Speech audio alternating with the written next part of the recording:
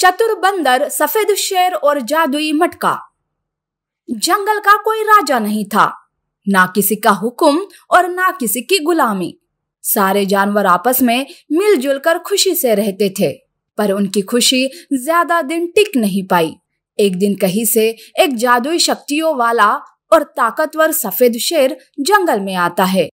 जानवर एक जगह पर बातें कर रहे थे कि तभी वो सारे जानवरों से कहता है, सुनो जंगलवासियों, आज से मैं तुम्हारा राजा और भगवान हूँ, समझो। इसलिए तुम सबको मेरी बात माननी ही पड़ेगी, मेरी पूजा करनी ही पड़ेगी। क्यों हम तुम्हारी बात माने? और हम तुम्हें अपना राजा मानने से इनकार करते हैं।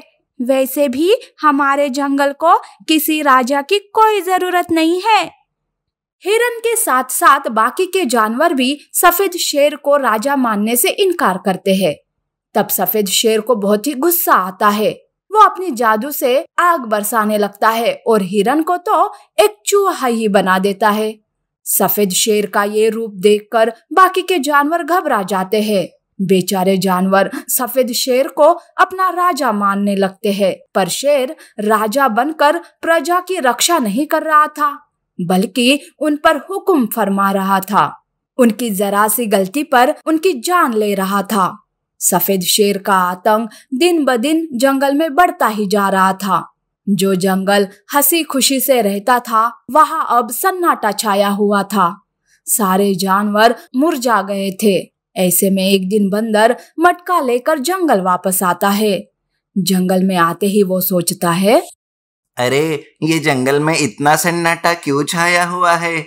लगता है कुछ गलत हुआ है जंगल के साथ। पर क्या बात है, कोई भी नहीं दिख रहा है। बंदर सोचते सोचते अपने घर की तरफ जाने लगता है कि तभी उसे रास्ते में सुअर दिखाई देता है।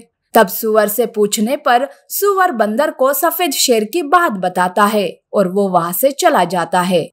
बंदर सोच में डूब जाता है कि तभी वहां सफेद शेर दहाड़ मारते हुए आता है। बंदर को देखते ही शेर गुस्से से कहता है, तुम कौन हो? कभी देखा तो नहीं तुम्हें इस जंगल में।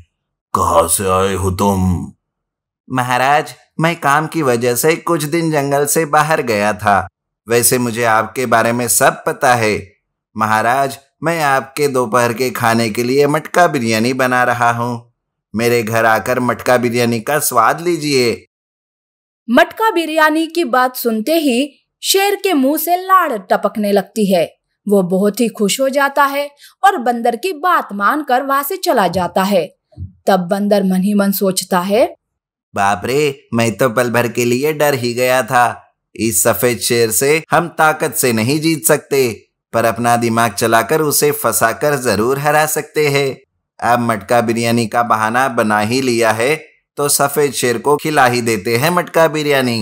बंदर के दिमाग में सफेद शेर को सबक सिखाने का आइडिया आता है। बंदर मटका बिरयानी बनाकर सफेद शेर का इंतजार करता रहता है।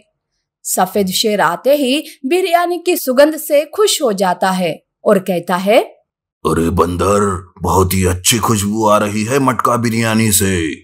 खुशबू से ही बड़ी भूख लग गई है। चलो चलो जल्दी से मटका बिरयानी दे दो मुझे। महाराज, ये मटका बिरयानी ऐसे नहीं खाई जाती, डायरेक्ट मटके से ही खाई जाती है। वो दरअसल मेरा मटका कोई मामूली मटका नहीं है, वो एक जादुई मटका है और उसमें बनी हुई चीजें भी जादुई रहती है। तब तो सफेद शेर ना आगे देखता है और ना पीछे, मटका बिरयानी पर टूट पड़ता है। शेर मटका बिरयानी खाने के लिए अपना सर मटके के अंदर डालता है तो वहाँ बिरयानी की जगह चूहे मिलते हैं। दरअसल बंदर ने अलग ही मटके में बिरयानी बनाई थी। चूहों से बचने के लिए सफेद शेर अपना सर बाहर निकालने की कोशिश करता है, पर वो अपना सर बाहर नहीं निकाल पाता। चूहे शेर के चेहरे को काटने लगते हैं। तब सफेद शेर चिल्लाते हुए कहता है, अरे बंदर, बिरयानी के नाम से ये चूहे कैसे? ये तो मुझे काट रहे हैं। अरे मुझे बाहर निकालो बंदर, प्लीज मुझे बचा लो। क्यों राजा साहब, तुम्हें तो बड़ा शौक है ना जानवरों को चूहे बनाने का। अब भुगतो अपने किए की सजा।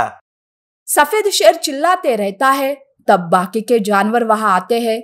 शेर की ऐसी हालत देखकर वो भी खुश हो जाते हैं। इस तरह से सफेद शेर वही तड़प तड़प कर मर जाता है और फिर से एक बार जंगल किसी की गुलामी से मुक्त हो जाता है। फिर से सारे जानवर बिना किसी राजा के खुशी से रहने लगते हैं।